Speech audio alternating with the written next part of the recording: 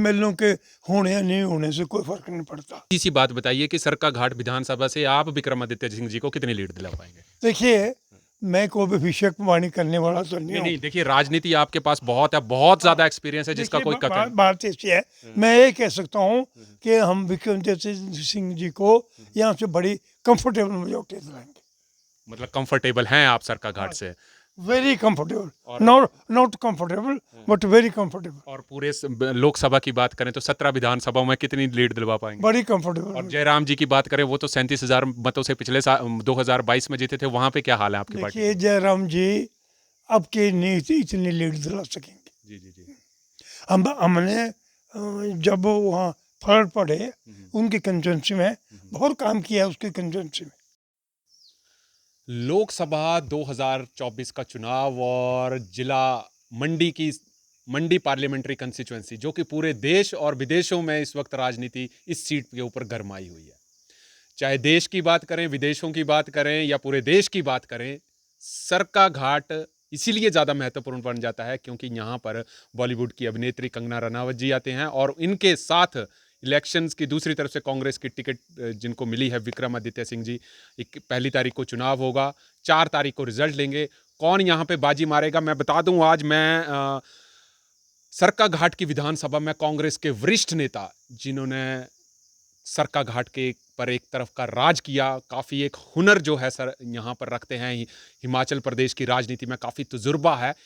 इस तजुर्बे को लेने के लिए आज हम सरकाघाट के गोपालपुर यहाँ पर पहुँचे हैं। जरूर राव साहब से हम गुफ्तगू करेंगे लोकसभा चुनाव 2024 की, और इसके बारे में ज़रूर हम पूरी डिटेल कंस्टिट्यूंसी वाइज भी इसके बारे में डिस्कशन करेंगे।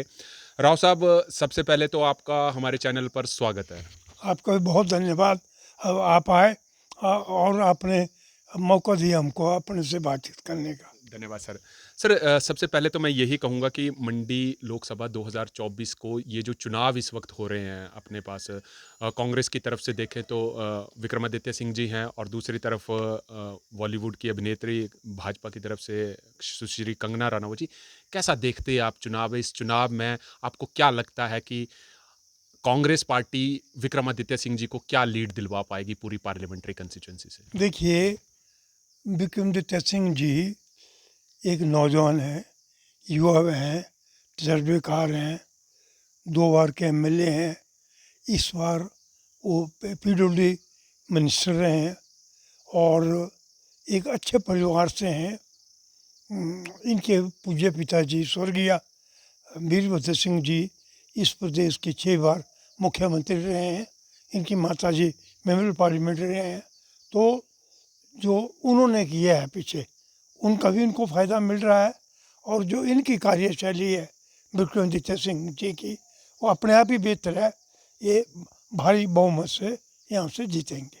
राव साहब, ये तो ठीक है कि अगर हम पिछले इलेक्शनों की बात करें, जो उपचुनाव हुए थे, तो रानी प्रतिभा सिंह जी, खुशहाल चंद ठाकुर जी से सीधा मुकाबला था। हालांकि रानी प्रतिभा सिंह उस वक्त 87 वोटों से जो थी वो जीत हासिल करी, परंतु भाजपा ये आरोप लगाती थी कि उस वक्त स्वर्गीय राजा वीरभद्र सिंह जी का मतलब स्वर्गवास हुआ, तो वो फैक्टर ज़्यादातर पिछले उपचुनावों में नजर आया। इस बार की अगर हम बात करें मंडी लोकसभा में, आपको क्या लगता है, आप कांग्रेस के कितने बड़े कद्दावर नेता, वरिष्ठ नेता कांग्रेस की तरफ से, इस बार जो मंडी लोकसभा के 2024 के जो मुद्दे हैं वो आपको क्या लगते हैं? देखिए, प्रतिभा सिंह जी को उस टाइम कोई 8,500 वोटों से जीती थी यहाँ। और ये बात ठीक है कि वीरभद्र सिंह के ध्यान से हमदर्दी थी, लेकिन वो हमदर्दी आज विक्रमादित्य सिंह जी के साथ भी है। आज विक्रमादित्य सिंह जी को वीरभद्र सिंह का उत्तराधिकारी मानते हैं। वो हमदर्दी इनको आज भी मिल रही है।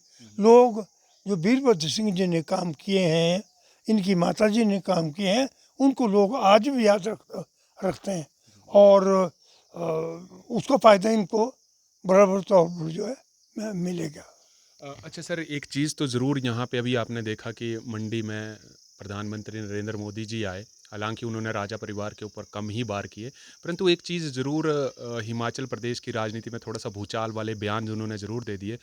तो उन्होंने ज़रूर ये कहा कि अपनी रैली में, जो अभी 2-3 दिन पहले जिला मंडी में हुई, कि देखिए आपदा के वक्त आपने खुद देखा सरका घाट में, आप भी खुद जगह जगह पर गए, आपदा में लोगों से मिले, पूरे हिमाचल में आपदा थी।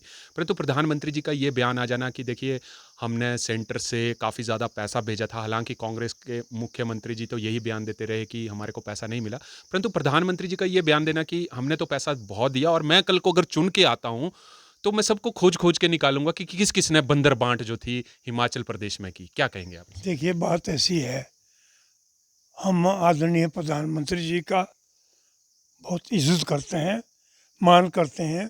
वो देश के आदरणीय प्रधानमंत्री हैं। लेकिन बड़े अफसोस की बात है कि नरेंद्र मोदी जी बहुत झूठ बोलते हैं। उन्होंने हमको हिमाचल प्रदेश में कोई मदद नहीं की है, एक फुट्टी कौड़ी की मदद नहीं की है। हमको जो मदद आई वो जो मदद आम स्टेटों को मिलती है वही मदद हमको मिली है, बाकी उसके ऊपर कोई मदद इनको मिली है। हमारी सरकार ने, हिमाचल प्रदेश की सरकार ने 12,000 करोड़ रुपए का नुकसान का एस्टीमेट केंद्र की सरकार को भेजा था। नरेंद्र मोदी की सरकार ने हमको एक पैसा नहीं भेजा।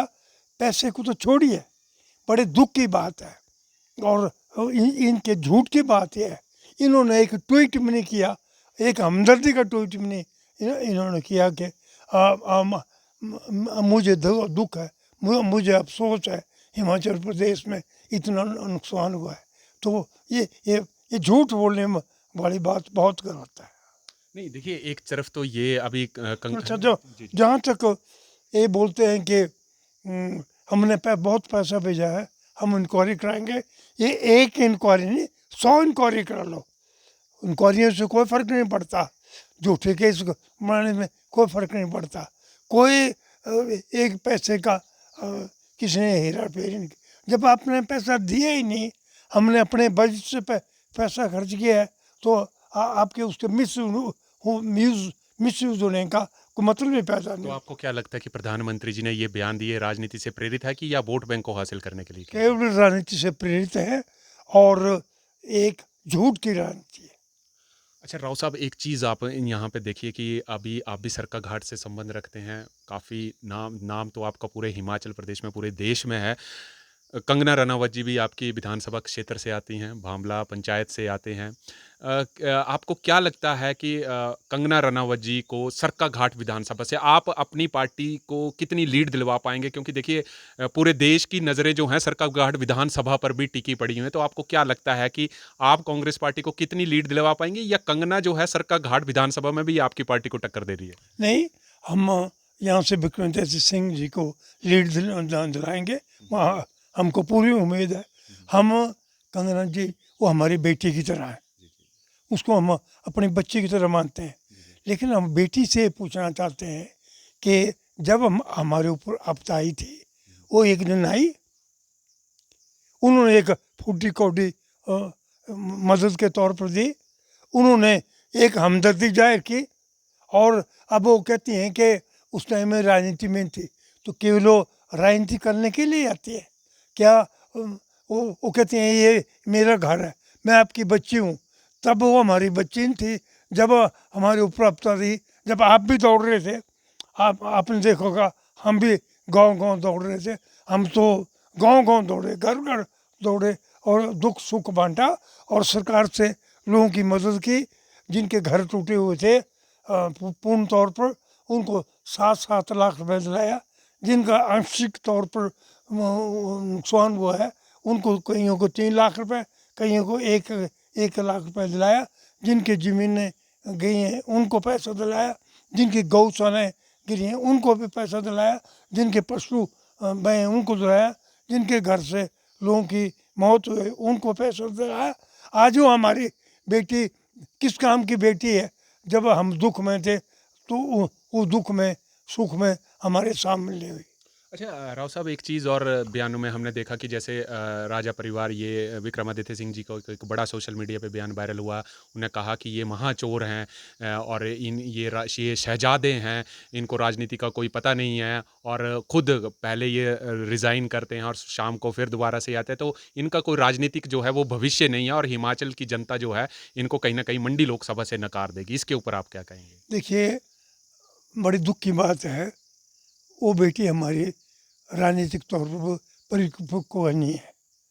वो सोच समझ के बात नहीं करती और कभी कहती है कि वो चोर है, कभी कह देती है कि इस देश का पहला प्रधानमंत्री सुभाष चंद्र बोस हुआ है, कभी कह देती है कि ये देश 2014 में आज़ाद हुआ।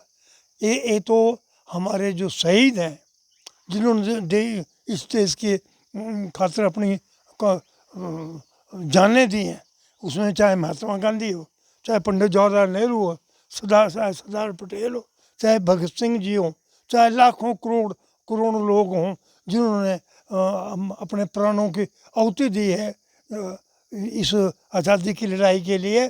और उसके बाद भी चाहे इनके अटल बिहारी वाजपेयी हों, ये तो उनकी भी बड़ी बेइज्जती है।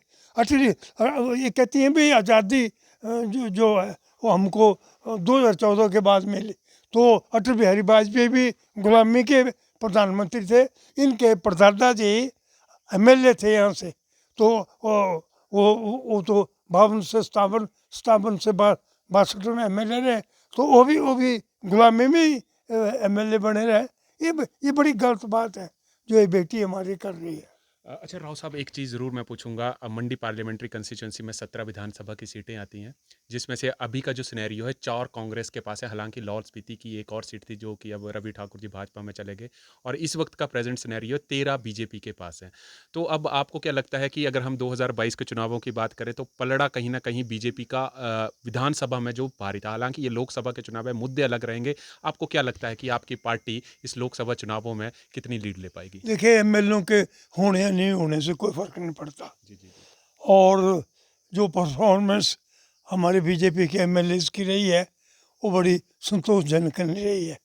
तो वहाँ हमारे जिस क्षेत्र में चुनाव हो रहे हैं, हमारे भी वहाँ कैंडिडेट्स थे, वो भरपूर तरीके से विक्रमादित्य सिंह जी का काम कर रहे हैं और अब अपने क्षेत्र से वो सब उनको लीड दिलाएंगे।